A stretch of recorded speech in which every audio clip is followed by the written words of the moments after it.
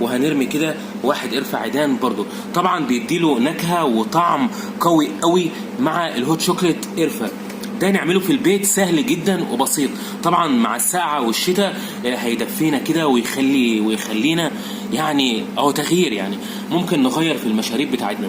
طبعا وهنقوم نازلين كده بقى بشوية كاكاو من فوق الوش.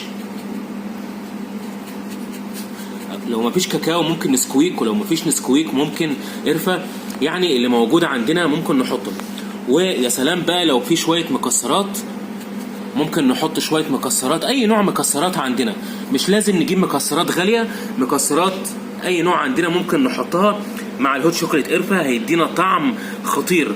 ده يا ريت تعملوه في البيت وتقولوا لي رأيكم إيه في التعليقات.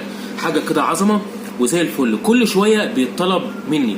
طبعا طعمه حكاية ما وصفلكوش الجمال، يا ريت كلكم تجربوه وتقولوا لي رأيكم.